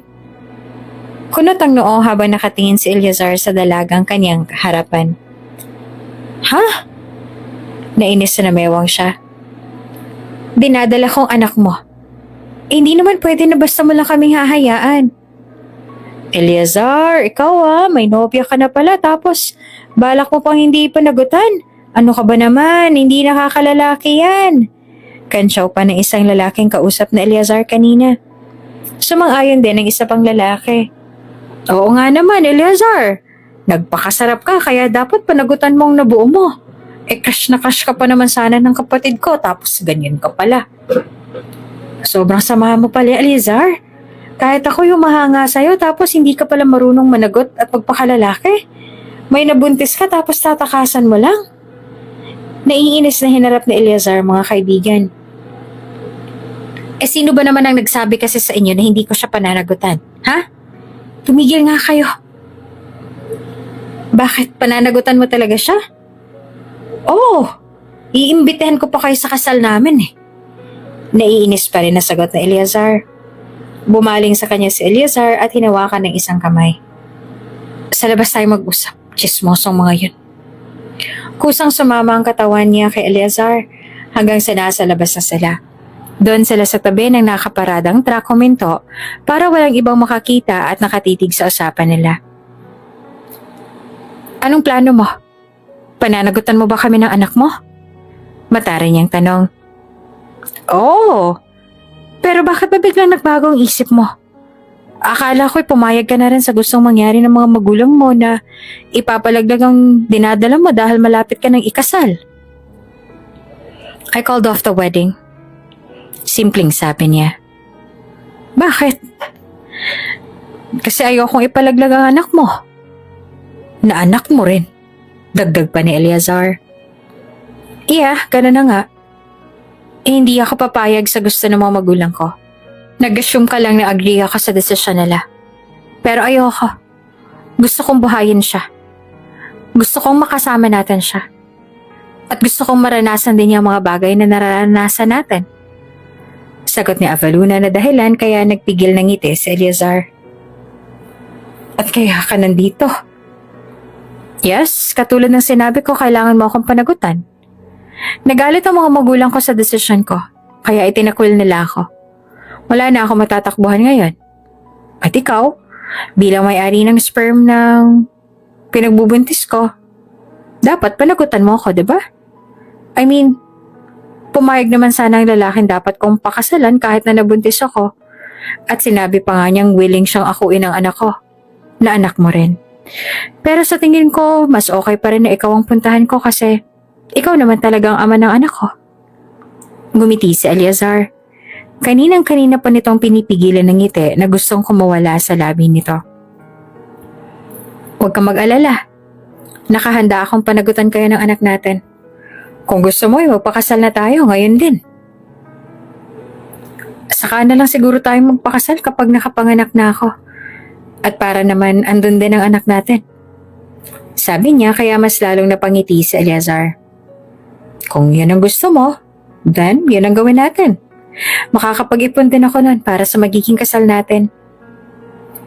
Hindi naman sanay si Avaluna na marinig ang katagang makapag-ipon. Paano, hindi naman yun uso sa kanila dahil gusto nila agad din nilang nakukuha. At hindi na nila kailangan pang pag-ipunan. Ngayon, kailangan niyang i-remind ang sarili niya na hindi na siya mayaman kaya kailangan niyang pag-ipunan ng mga bagay-bagay na gustuhin niya. Sinabi niya kay Eliezer na iniwan niya sa bahay ng kapitbahay nito ang mga gamit niya kaya magkasama na sila ni Eliezer pa uwi. Kanina ay nilakad niya lang ang pagpunta sa parking pero ngayon ay nakasakay sila sa tricycle. Ngayon ka lang ba nakasakay ng tricycle? Tanong ni Eliezer nang mapuna na kanina pa niyang tinitingnan ng loob ng tricycle kung saan sila nakasakay. Yes, ngayon lang, sagot niya. Ikaw, lagi ka bang sumasakay sa ganito? Oo, halos araw-araw. Kung ganon, dapat na rin ba ako masanay na sumakay sa mga ganito? I'm no longer rich. Kung sakaling mag-grocery ako, hindi ko rin kayang lakarin papunta sa palengke. It's gonna be tiring. Hindi naman, ako nang bahala sa pag-grocery. Pwedeng manatili ka na lang sa bahay. Sabi pa ni Eliezer, kaya napabaling ang tingin niya dito. Sobrang lapit lang nila sa isa't isa dahil nga sa masikip ang inuupuan nila at bawat may nadadaan ng lubak ay umaalog sila sa loob kaya inahawakan ni Eliezer ang ulo niya para hindi siya mauntog. Hindi mo ako hahayaan na mag-grocery? Tanong niya, nagdududa ang tingin niya dito. Oo, bakit? Bawal sa buntis na mapagod, diba? Mas mabuting manatili ka na lang sa bahay para makasigurado tayo na magiging maayos ang paglaki ng anak natin. At para hindi ka rin mahirapan. Pinigilan naman ni Avaluna ang ngiti na gustong kumawala sa labi niya. Mukhang tama nga talagang naging desisyon niya na piliin ang tunay na ama ng dinadala niya. Kaysa ang magpakasal kay Arkanghel. Kahit na hindi naman ito kasing yaman ni Arkanghel, nakahanda pa rin ito na ituring siyang prinsesa. Paanong mga gawaing bahay? Ikaw din bang gagawa ng lahat ng yon? Tanong niya ulit. Sinubukan niya lang naman si Eleazar. Plano niya naman na tumulong dito sa lahat ng gawaing bahay. Lalo na ngayon na makikitira lang siya sa bahay ni Eleazar. Oo, kaya ko naman yon. Pagkatapos ng trabaho, magpapaalam na lang ako sa boss na simula bukas ay uuwi na ako ng maaga. Baka kasi matakot ka kung late na ako makakauwi. Lalo na't mag-isa ka lang doon. Dumating na sila sa lugar ni Eleazar matapos ang ilang minuto. Kumatok si Eleazar sa pinto ng bahay para makuha na nila ang mga gamit niyang iniwan niya roon. Magli-live-in na ba kayo? Tanong ng magandang kapitbahay ni Eleazar. Oo. Siya nga pala, si Olivia. Si Avaluna. Girlfriend niya. Si Avaluna na ang tumuloy sa sasabihin ni Eleazar dahil makikita niyang nag-iisip pa ito sa kung ano bang dapat na ipakilala sa kanya. Ngumiti naman kay Avaluna si Olivia kahit pa makikita sa mga mata nito na hindi ito ganong kasaya sa sinabi niya. Ikinagagala kong makilala ka, Avaluna. Hindi ko alam na may girlfriend na pala si Eleazar. Ang akala naming lahat ay single siya. Ngayon ka lang kasi pumunta dito sa lugar namin. Actually, pumunta na ako dito last time kasama ko magulang ko. Hindi niyo lang siguro napansin? Sagot ni Avaluna. Bumaling ang tingin ni Olivia kay Eleazar na kinuha ang mga gamit niya. Bakit hindi mo nabanggit sa amin na may girlfriend ka na pala, Eleazar? Sandali na nag-angat ng tingin si Eleazar kay Olivia. Gusto ni future Mrs. na private lang muna ang relasyon namin. Pero ngayon, handa na siyang ipagsigawan sa buong mundong pagmamahala namin. 'Di ba, love? Sabay tingin at kindat sa kanya ni Eleazar. Ha? Oo. Nagpaalam na rin agad sila kay Olivia. Hindi na siya hinayaan ni Eleazar na dalhin ang ilan pa sa mga gamit niya. Pasensya ka na kanina ha. Kailangan ko kasi nasabihin yon kay Olivia. Kapag nalaman niya na hindi tayo, hindi niya ako titigilan. Ni Eleazar sabay lapag ng mga bag niya sa sofa. Bakit? Bakit hindi ka naman niya titigilan? Usisa niya. Matagal na kasi yung may gusto sa akin. Siguro may mga 2-3 taon na. Ewan ko na rin, masyadong maalala.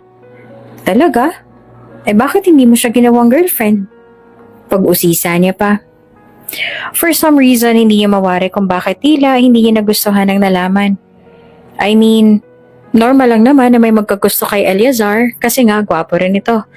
Sa katunayan ay si Eleazar na nga siguro ang pinakagwapong lalaki na nakilala niya, kaya natural lang na maraming mga nagkakagusto dito. Kung naging girlfriend ko yon, paano ko kayo mapapanagutan ng anak natin? Mas mabuti nang hindi ko naging nobya yon para hindi isipan ng anak natin na bunga siya ng pagkakamali at pagtataksil. Tumaas naman ang isang kilay niya at naupo sa sofa.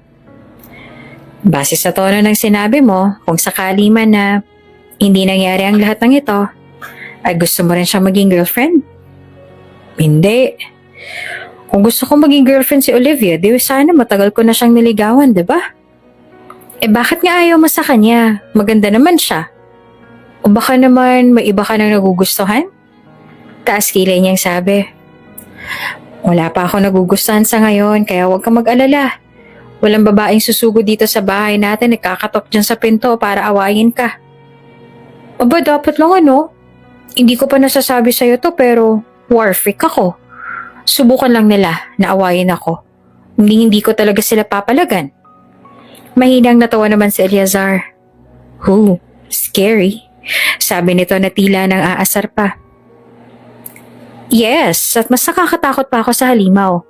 I am from the Bermudas after all. Wala akong kinakatakutan. Kaya kung may babae ka man, balaan mo na agad siya tungkol sa akin.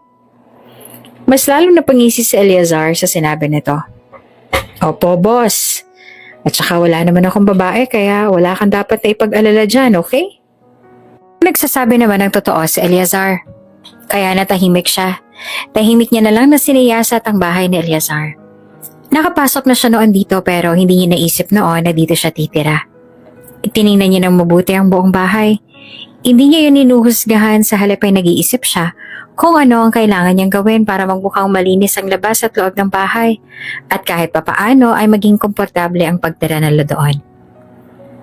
Pasensya ka na sa bahay ko, sabi ni Eleazar nang mapansin ang uri ng pagtingin niya sa loob ng bahay. Maliit lang ito, medyo magulo rin dahil ilang araw din akong hindi nakapaglinis. Naging abala rin kasi ako sa paghahanap ng trabaho. Pero kahit papano ay malaking tulong na rin sa atin dahil hindi na natin kailangan pa na mangupahan ng bahay. I'm not judging. No need to apologize. Sagot ni Avaluna bago tumayo. Pero pwede ba na ibahin ko ang pwesto ng mga gamit?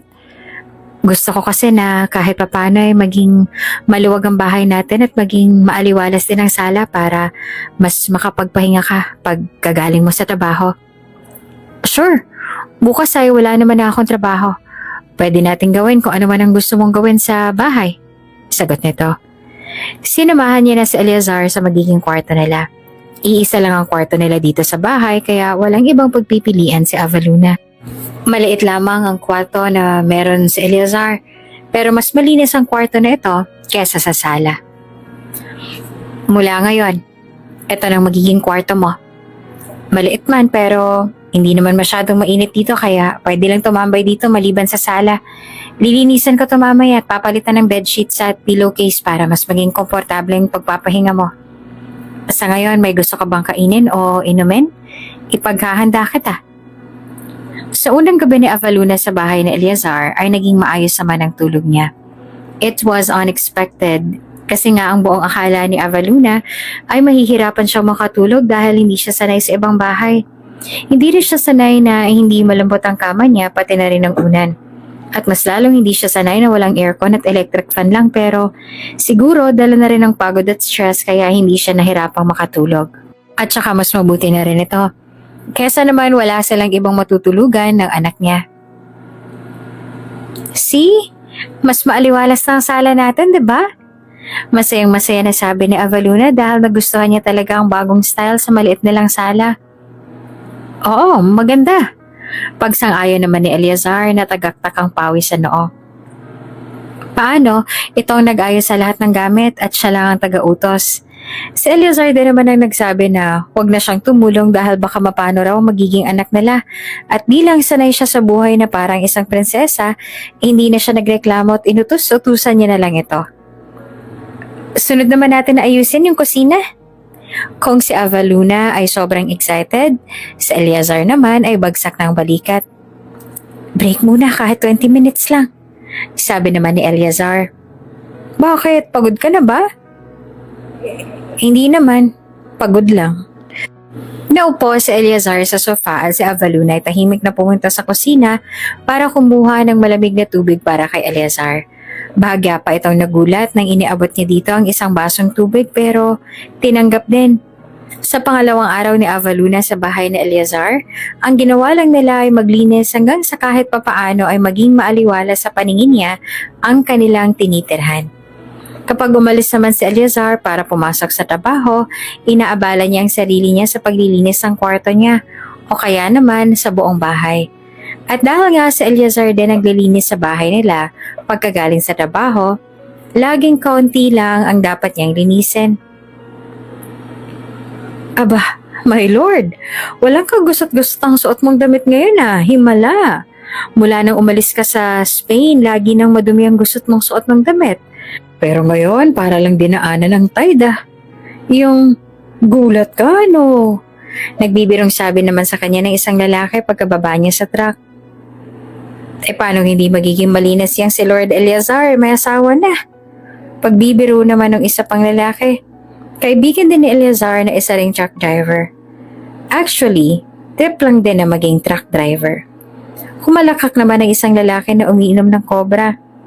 Kita niyo na enjoy din yan sa buhay may asawa niya. Kunwari pa na ayaw mag-asawa. Ang gusto lang na magkaanak kaya nag-hire ng surrogate mother. Buti na lang nakagawa ng malaking pagkakamali yung doktor. Hindi rin sa surrogate mother na inject yung semen niyang makamandag at napunta pa sa misis niya ngayon. At kung hindi nangyari yon, di natin makikita si Lord Eleazar na malinis ang suot ng damit. Nagsipatawanan ng mga kaibigan niya habang si Eleazar naman ay napapairap at iling sa kanila. Maya-maya ay tinawag niya ang isang lalaki para utusan na bumili ng cake sa Goldilocks. Nakita niya kasi si Avaluna kanina bago siya umalis para pumasok sa trabaho na nanunood ng mga nagmumukbang ng cake. Naisip ni Eleazar na baka gusto rin ni Avaluna, sadyang nahihiya lang magsabi sa kanya. Habang hinihintay niya na makabalik ang inutusan niya na bumili ng cake, tiningnan din ni Eleazar ang suot niyang polo. Tunay nga ang sabi ng mga kaibigan niya na sobrang puti at walang kagusot-gusot ang suot niyang damit. Iyon kasi ang gusto ni Avaluna na sobrang enjoy na magplansya at maggusot ng mga damit. Wow, para sa akin ba to? Excited na tanong ni Avaluna nang ibigay niya dito ang dala niyang cake. Oo, para sa'yo yan. May binili rin akong prutas. Sabi kasi nung katrabaho ko ay kailangan mo raw ng healthy na pagkain para pareho kayong maging malusog na magiging anak natin. Tiningnan ni Eleazar kung anong pinagkakaabalahan ni Avaluna at nagtaka nang makita na marami ang nagkalat na sinuli doon. Nananahi ka? Oo, may napanood ako sa TikTok kanina na magandang way ng pagtahi. Iyon ang ginawa ko kanina buong araw habang hinihintay ka. Masaya sabi naman ni Avaluna. Gusto ni Eleazar na mapailing at mahinang natawa. Paano ay sobrang kakaiba talaga ang mga hilig na gawin ni Avaluna. Halos araw-araw ay paiba-iba ang nagiging hobby nito. Nilapitan naman ni Eleazar ang mga tinahi ni Avaluna at halos malaglag pa ang panga niya nang makita ang paborito nitong polo, ang pinagkainteresan nito na gupit-gupitin. Tiningnan ni Eleazar si Avaluna na mas pinili na wag na lang banggitin ang tungkol sa paborito niyang polo dahil kitang-kita sa mga mata nito kung gaano itong kasaya sa cake nito. Wow, this is delicious! Sabi ni Avaluna sa sarili habang masayang kumakain ng cake. Tapos ang nakakapagod na pananahe, sweet escape ang kumain ng cake. Sa totoo niyan, kaya lang naman inabala ni Avaluna ang sarili niya sa pananahe para pigilan ang sarili niya na mag-online shopping at bumili ng kung ano-ano na hindi naman nila kailangan dito sa bahay. Ibinigay ni Eleazar ang lahat ng sahod nito sa kanya pero hindi niya ginagastos yon unless sobrang kailangan nila dito sa bahay. The thing is, mula nang tumira sila ni Eleazar sa isang bubong ay natutunan niya na rin na magtipid. Lord Eleazar, we're here! Napakunot ang noon ni Avaluna dahil sa pagtataka ng dumating mga kaibigan ni Eleazar sa bahay nila isang araw. Oh, ang ibig kong sabihin, Diyos ko Lord, nandito na kami Eleazar. Bakit ba hindi mo malang kami sinundo kanina sa labas? Ang dami ng mga bitbit namin, no? Awkward na tumawa yung lalaki na unang bumulaga sa kanila pagkabukas ni Eleazar ng pinto. Masaya nagpakilala ang mga kaibigan ni Eleazar sa kanya. Kasama rin nila ang pinsan nilang babae na masaya rin na makilala siya, kaya hindi na siya naging ilang na baka siya lang ang nag-iisang babae. Magtatatlong buwan ka ng buntis, tama ba? Tanong ni Kira. Oo, next week 3 months lang tiyan ko. Wow, congrats! 6 na bulan lang at makikita na natin ang magiging anak ninyo. Masayang sabi nila. Kahit si Avaluna ay excited na rin sa paglabas ang magiging anak nilang dalawa. At dahil nga sa siya lang ang buntis sa kanila, siya lang din ang hindi pwedeng uminom ng alak na dala ng mga kaibigan ni Eleazar dahil makakasama iyon para sa magiging anak niya. Pinagbuksan na lamang siya ni Eleazar ng juice. Chateau 1869? Basa ni Avaluna sa tatak na wine na iniinom nila. This is very expensive. I remember may ganitong wine si Grandpa. Saan niya nabili to? Nagtataka na tinignan ni Avaluna ang mga kaibigan ni Eleazar na nagkatinginan. Mukhang hindi inaasahan na marami siyang alam sa mga wines. Ah, yan! Bigayan lang ng boss namin kanina. Hindi niya raw nagustuhan ng lasa kahit mahal kaya pinamigay niya. Sagot naman ni Kino. Tumango naman si Avaluna. Wow! Your boss must be very rich. Oo, mayaman talaga yon. Hindi naman niya ka-close sa mga kaibigan ni Eleazar kaya hindi na siya nagtanong pa ng mga bagay-bagay sa kanila at nakisaya na lang din sa kanila. Mabilis ang paglipas ng mga araw at buwan at sino mag-aakala na maglilimang buwan na siya dito sa bahay ni Eleazar. Maglilimang buwan niya na rin na kinukontrol ang sarili niya na huwag gumastos dahil kailangan nilang magtabi ng pera para sa panganganak niya. Sa loob ng 5 buwan ay nananatiling mabait sa kanya si Eleazar. Mataas pa rin ang respeto nito sa kanya na kahit ang pagtabi sa upuan ay bihira lang din itong gawin sa pag-aakala na hindi siya magiging komportable doon. Laging nasa salang natutulog sa Eleazar at siya naman ang nasa kwarto. Masaya siya sa ginagawang yon ni Eleazar. Kaya siya na may respeto ito sa kanya at hindi siya nito tinitake advantage. Ngayon nga ay maagang nagising si Avaluna dahil may appointment sila sa OB-GYN niya. Kasama niya lagi si Eleazar sa tuwing nagpapacheck up sila sa kanilang magiging anak. At ngayon kahit na may pasok pa si Eleazar sa trabaho, ay naisip nito na lumiban para masamahan siya. Isa rin yon sa mga bagay na siyang nagugustuhan niya kay Eleazar. Wala talaga itong palya pagdating sa kanila ng magiging anak nila. Paglabas niya sa kwarto ay nagtaka siya kung bakit hindi niya nakita si Eleazar. Lumabas siya ng bahay at natanaw sa may hindi kalayuan ang isang kulay itim na mamahaling sasakyan. Noong una inakala pa ni Avaluna na dumating ang magulang niya. Pero nakita niya si Eleazar at ang 3 pang lalaki na nakasuot ng itim at seryosong nag-uusap. Hindi niya marinig ang pinag-uusapan nila ngunit base sa mga itsura nila, seryosong bagay ang kanilang pinag-uusapan ngayon. Sinong mga yun? Tanong ni Avaluna sa kanyang sarili. They look like some rich family men. Pinadala kaya sila ng parents ko? Hinintay niya na lang na matapos si Eleazar sa pakipag-usap sa mga lalaki. Nang lumingon na si Eleazar sa pinto ng bahay at nakita siya, bahagya itong nagulat. Pero agad din na naging kalmado ang itsura. Sino mga yun? Tanong niya. Ayon, mga tauhan yun ng boss ko. Ang may-ari ng truck. Pinapunta niya dito ang mga tauhan niya para tanungin ako kung ano daw ang dahilan kung bakit absent ako ngayong araw. Bakit daw? Bawal ka ba raw mag-absent ngayong araw? Umiling naman si Eleazar. Hindi naman. Alam naman ng boss namin kung anong dahilan ko. Bago pa ito tuluyan na humakbang papasok sa kanilang bahay. Nag-almusal ka na ba? Gusto mo bang ipagtimpla kita ng gatas? Ang sabi sa kanila ng OB-GYN ay healthy at normal naman daw sila ng baby kaya wala silang dapat na ipag-alala. Dahil doon ay naging panatag silang dalawa.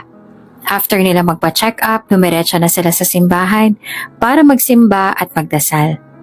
Iilan lamang ang tao sa loob ng simbahan ngayon dahil hindi naman araw ng linggo at nasa unahan silang dalawa. Si Eleazar ay nakaluhod at nakapikit ang mga mata habang si Avaluna naman ay nakaupo at ang mga mata niya ay nakay Eleazar. Aaminin ni Avaluna hindi talaga siya yung tipo ng tao na mahilig magsimba noon. Pero mula nung makilala niya si Eleazar, linggo-linggo na siyang nagsisimba dahil kabaliktaran niya naman ang pagsimba ang nagsisilbing pahinga ni Eleazar.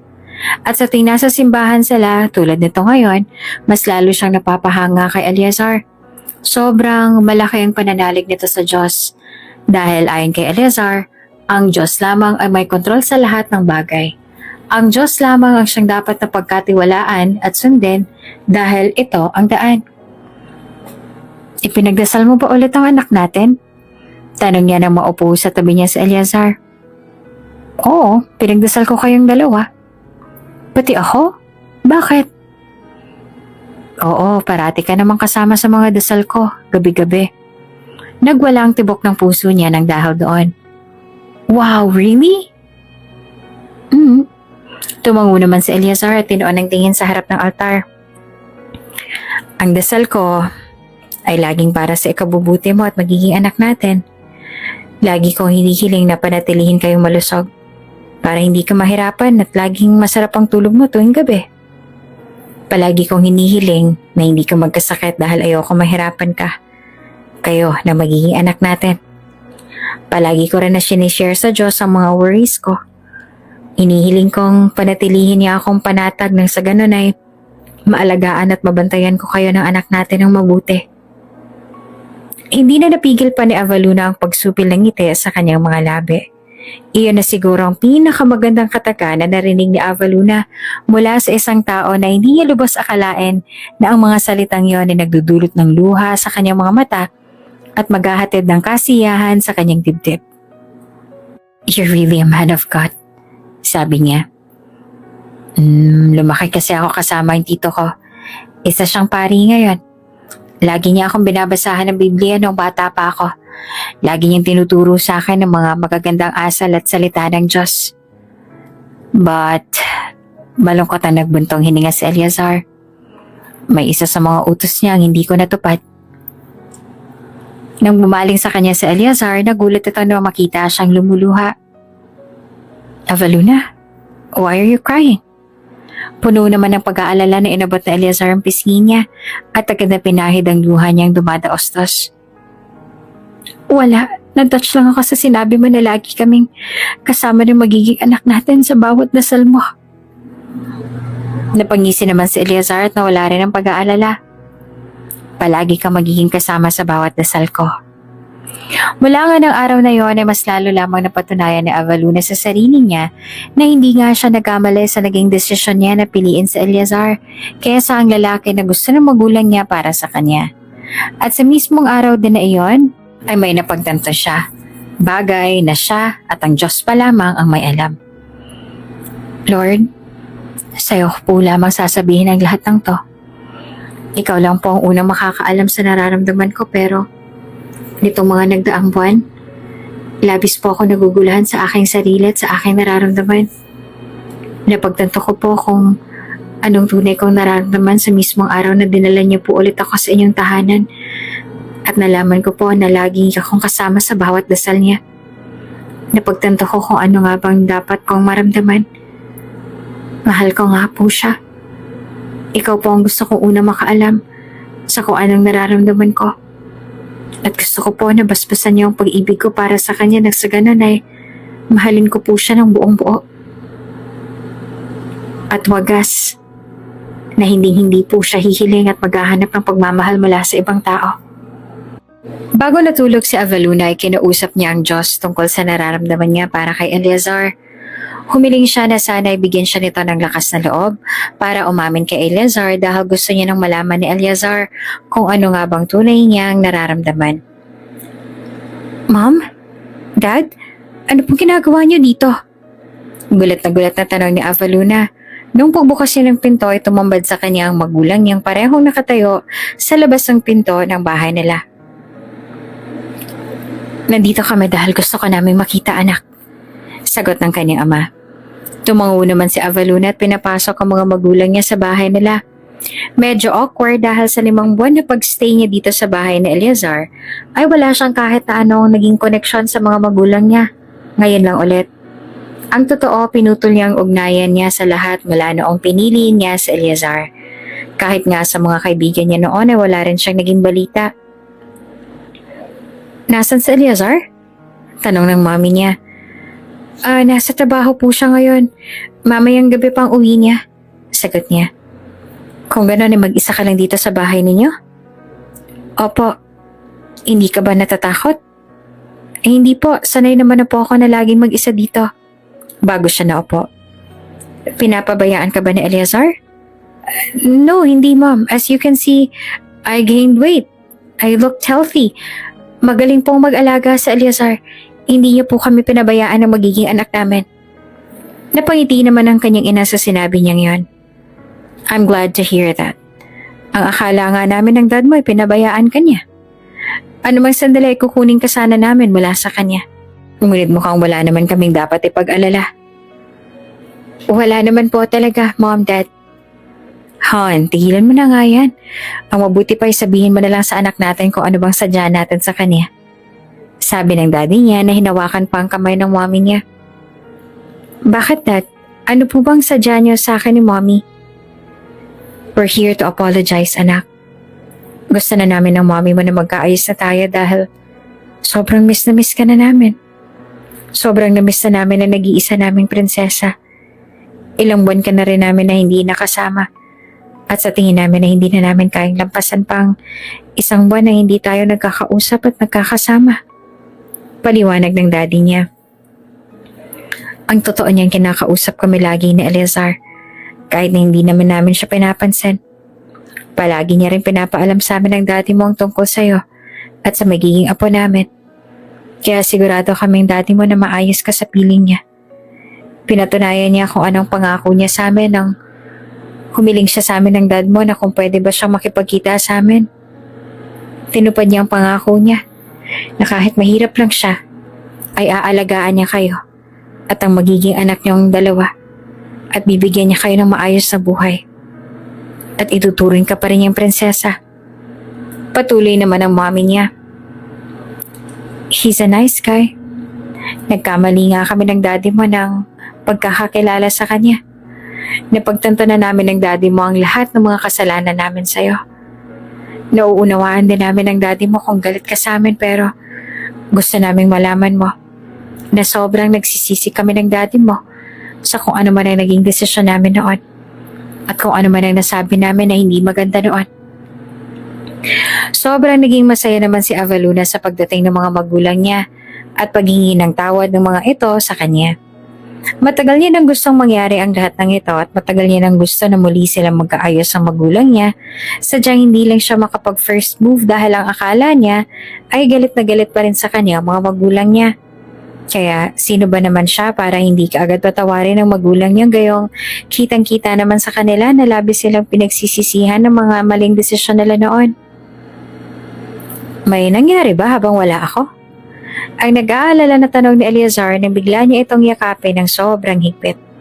Kakauwi lamang nito mula sa trabaho at hindi pa nagtatanggal mula nang umuwi na ang mga magulang niya. Natakot ka ba? Pasensya na kung late ako na uwi. May mahalaga pa kasi kaming inayos kanina. Pero nandito na ako ngayon. Huwag ka na matakot. Thank you, Eleazar. Sabi niya bago inalis ang pagkakasubsob ng mukha niya sa dibdib nito at tumingala siya sa mukha nito. Sinabi sa akin ng mga magulang ko lahat ng ginawa mo para patunayan sa kanila na isa kang mabuting tao. Dito sila nanggaling. Nagkaayos na ulit kami. Tanggap na ulit nila ako. Tanggap na rin nilang magiging anak natin. At maging ikaw rin. Talaga? Lumawak naman lalo ang ngiti ni Eleazar. Matagal ko nang gusto na magkaayos kayo ng magulang mo. Masaya ako na nangyari na yun ngayon. Ang araw nga na yun ay isa sa pinakamasayang araw para kay Avaluna. Sa sumunod na araw ay bumisita ulit sa bahay nila ang mga magulang niya at naabutan na nila roon si Eleazar. Nagkausap sila at inalok pa sila ng magulang niya kung payag ba sila na bilhan sila nito ng bahay para maging maayos daw ang tirahan nila. Pero hindi sila pumayag. Ang sabi kasi ni Eleazar, responsibilidad nito na bigyan sila ng magiging anak nila ng maayos na buhay at itira sa magandang bahay. Avaluna, andito ka rin pala. Hindi naman inaasahan na makita ni Avaluna ang mga kaibigan niya habang nasa mall siya at nagsusukat ng sandals na gusto niya sanang bilhin dahil aatan sila ni Eleazar ng binyag ng anak ng katrabaho nito. Oo nga, Avaluna, ang tagal mo rin na hindi nagpakita sa amin. Ang akala nga namin ay may kung ano-ano nang masamang nangyari sa'yo. Buntis ka lang pala, sabi ni Julia. Pasensya na kung matagal akong hindi nagparamdam sa inyo. Naging sobrang abala lang talaga ako, sabi niya. Nagtawanan ng mga kaibigan niya na para bang minamaliit siya ng mga ito. Naging abala? Saan? Sa paghahanap buhay? Nangaasar na tumawa si Avery. Ang alam namin ay mahirap lamang nakabuntis sa'yo Alam din ng lahat na itinakwil ka ng mga magulang mo. Kaya naghihirap ka na ngayon. Kayo ng dukhang nakabuntis sa'yo actually. You're not as wealthy and powerful as before. You're just nothing now. Bakit hawak-hawak mo pang mamahaling sandals na yan? Tingin mo ba talaga ay afford mo pang bilhin ng ganyang kamahal na sandals kung hindi na nga sumasapat yung sahod ng nakabuntis sa'yo para makakain kayo ng 3 beses sa isang araw? Yumuko naman si Avaluna at hinayaan ng mga kaibigan niya na pagtawanan siya. Sa totoo lang ay gusto niyang patulan ng mga walang kwenta niyang kaibigan pero ayaw niyang bigyan ng alalahanin si Eleazar at saka gusto niya rin na subukan ang haba ng pasensya niya. Nalaman niya kasing ang tipo ni Eleazar sa isang babae ay mabait at mahabang pasensya. Baka kapag nalaman ni Eleazar na nakipag-away siya, ay ma-turn off ito bigla sa kanya. Ngunit ang mga peke niyang kaibigan ay patuloy pa rin sa kanilang kawalanghian. Nang hindi pa sila makontento sa panghahamak sa kanya at sa buhay niya ngayon, ay tinawag nila ang staff para mas lalo siyang ipahiya. Ang utos nila ay kunin sa kanya ang hawak niyang sandals dahil hindi niya naman daw afford ang bagay na yon. Ang hindi alam ng tatlong babae habang hihahamak nila si Avaluna ay isa sa mga tauhan na inatasan na Eleazar ang sundin at bantayan si Avaluna na tumawag kay Eleazar at pinaalam kung anong nangyari. Nang mga oras na yon ay nasa labas din si Eleazar ng shop dahil kanina pa niya sinusundan si Avaluna. Nag-aalala kasi siya na baka nga may kung anong mangyari kay Avaluna at sa magiging anak nila. Pasensya na po, ma'am. Pero bakit naman po namin kayo susundin? Sino po ba kayo? Ang mataray na tanong ng staff sa mga kaibigan niya. Or should she say ex-friends niya? Mga kaibigan niya kami. Noon. At nagsasabi kami ng totoo na hindi niya afford ang bagay na hawak niya ngayon. Sagot naman ni Kara. Ma'am, sa tingin ko ay nagkakamali lang ho kayo. Ang tao hong hinahamak ninyo ngayon at sinasabihan niya kung ano-ano mapapangasawa ng may-ari ng brandang shop na ito. Si Miss Bermudez ang fiancé ni Lord Jazairo Eleazar Vallejo. What? Pinaglololoko mo ba kami? Hindi ko po kayo pinaglololoko, ma'am. Totoo po ang sinabi ko na si Miss Bermudez ang mapapangasawa ni Lord Eleazar. Kung kaya ay ano man po ang gustuhin niya sa shop na to, ay makukuha niya at hindi niya kailangang magbayad. Ang atensyon nila ay nabaling sa 4 na lalaki na pumasok sa loob. Namilog naman ang mga mata ni Avaluna sa pagkabila na makita sa Eleazar. Nakasuot ito ng suit at mamahalin na mga accessories, kabilang na ang mamahaling relo. Malinis din ang pagkakaayos ng buhok nito. Paglapit sa kanila ni Eleazar ay yumuko ang mga staff at magalang na binatang si Eleazar habang tinatawag ito ng My Lord. Bagay na siyang ikinalaglag ng mga panganilang 4 ng mga kaibigan niya. I'm sorry, I'm late. May meeting pa kasi ako. Sabi ni Eleazar sabay pulupot ng braso sa bewang niya at halik sa noon nito. Sila na bang mga kaibigan mo? Siyang ama ng dinadala mo, Avaluna? Hindi naman makapaniwala na bulalas ni Julia. Si Avaluna na nabigla rin ay hindi agad nakasagot kaya sa Eleazar mabait na ngumiti at nagsalita. Yes, I am the father and also Avaluna's soon-to-be husband. My name is Jazairo Eleazar Vallejo. T. You're the son of the Count T of Spain? Si Avery ang nagtanong. Yes? Oh, I can't believe this. At hindi lang sila hindi makapaniwala, kundi pati na rin si Avaluna na kahit pa nasa loob sila ng sasakyan ni Eleazar ay nananatili siyang tulala. Paano ay hindi pa tuluyan na nagsisingkin sa kanya ang mga nalaman. Si Jazairo Eleazar Vallejo T, ang ama na magiging anak niya, ay ang nag-iisang anak ng pinakamayaman na pamilya sa Spain at magmula rin ito sa isang maharlikang pamilya. Bakit hindi mo agad sinabi sa akin ang totoo, Eleazar? Bakit hindi mo agad pinaalam sa akin kung sino ka talaga? I'm sorry. Sabi ni Eleazar na hinawakan ng isang kamay niya. Nag-alangan ako na sabihin agad sa'yo ang totoo. Ngayon lamang ako nakahanap ng magandang pagkakataon na sabihin sa'yo ang totoo. Kung sino talaga ako. Pasensya na kung matagal kong itinago sa'yo ang tungkol dito. Naguluhan din at hindi rin makapaniwala si Avaluna. Sa totoo lang ay hindi niya alam kung dapat ba siyang magalit ngayon kay Eleazar. She felt betrayed. Naalala mo ba sinabi ko noon sa'yo sa simbahan na may malaki akong pagkakamali? This is what I mean. Nagsinungaling ako sa'yo. Inilihim ko sa'yo ang tungkol sa tunay kong pagkatao. Hindi ko naman intention na itago sa'yo ang tungkol dito ng matagal. Ilang beses ko rin sinubukan na sabihin sa'yo ang tungkol dito. Sadyang hindi lang ako nakakakuha ng tamang pagkakataon. Gustuhin niya man na magalit ay hindi na rin niya nagawa. Kahit naglihim ito sa kanya ay nagawa pa rin ni Avaluna na patawarin ito ng sobrang bilis. Siguro ay sadyang gano'n na lang talaga kapag mahal mo ang isang tao. Ipinaliwanag naman sa kanya ni Eleazar kung anong dahilan nito at bakit nagpanggap ito na mahirap lang at sa bahay na yon nakatira. Ang rason ni Eleazar ay dahil lang sa nagsawa na ito sa buhay mayaman. Silang lahat ng mga kaibigan nito actually, kaya naisip nila na maging truck driver sa sarili nilang kumpanya na noong 1 taon lang din nila itinayo. Ang purpose naman ng pagtayo nila sa kumpanya nilang yon ay para raw makapagbigay sila ng trabaho sa mga tao na nangangailangan nang hindi nila alam kung sino nga ba ang tunay nilang boss. At para din daw maranasan nila kung paanong kumayod ng sakto sa pang-araw-araw at nang sa ganon ay higit nilang ma-appreciate ang mga bagay na meron sila ngayon.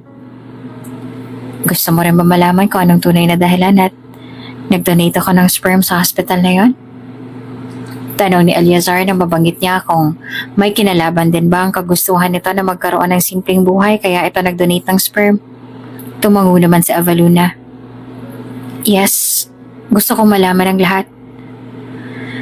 Actually, it's not a donation. I've always wanted to have a child. But marriage has never been something I wanted. That's why I made a decision to hire a surrogate mother to carry my child. I didn't just donate my sperm. I did it with the intention of having my own child. Ang kaso, ilang buwan mula noon ay tumawag sa akin ang doktor dahil nagkaroon daw sila ng malaking pagkakamali at sa ibang tao niya raw na-inject ng sperm na yon. Kaya sinabi ko sa kanya na palabasin ay isa lang akong sperm donor o ibinenta ko lang yung sperm ko roon. Hindi ko pa kasi alam noon na magiging successful agad yung unang try. At agad yung magbubunga sa sinapupunan mo. Hindi naman mawari ni Avaluna kung bakit bigla siyang nakaramdam ng lungkot sa sinabi ni Eleazar. Nalungkot siyang isipin na may ibang tao palang nakalaan para ipagbuntis ang anak ni Eleazar. Isa lamang na pagkakamali, kaya siyang nagbuntis sa magiging anak nito. Nasaan na yung dapat na maging surrogate mother ng anak mo ngayon? May anak ka pa ba sa kanya? Hindi ko alam kung nasa na siya ngayon. Matapos ko malaman na dinadala mong anak ko, hindi ko na tinuloy ang deal sa kanya. Pero nagbayad pa rin ako ng parehong halaga sa napagkasunduan namin. Tumango ulit siya. Nagsisisi ka ba?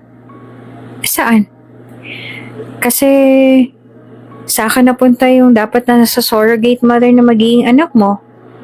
Kahit na wala naman sa plano ang lahat ng to.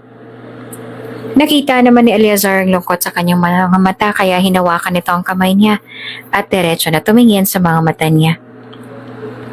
No, wala akong kahit na pagsisisi na nararamdaman. Avaluna, masaya ako sa kung ano man ang nangyari.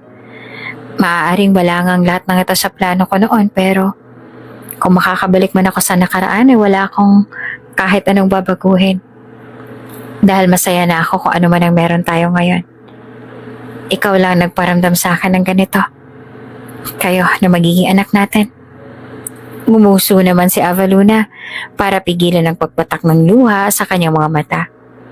Inabot ni Eleazar ang mukha niya at saka ngumiti. Katulad ng sinabi ko noon, wala sa planong pagpapakasal. Pero sa tingin ko ay masyado lang ako nagsalita ng tapos.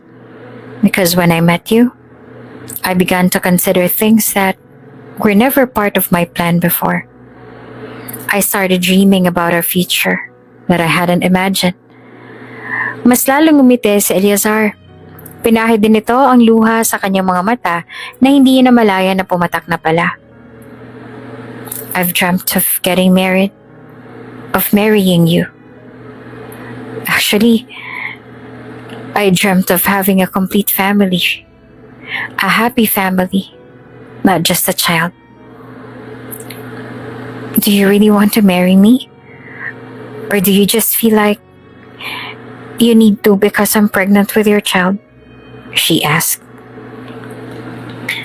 I am in love with you, Avaluna. At hindi lang yan ang dahilan kaya gusto kitang pakasalan. Mahal kita. Minahal kita. At gusto ko ng isang masayang pamilya kasama. Kasama kayo ng anak natin. Really? Do you really love me? Tanong niya at nais na makasiguro na tama ang pagkakarinig niya sa sinabi nito.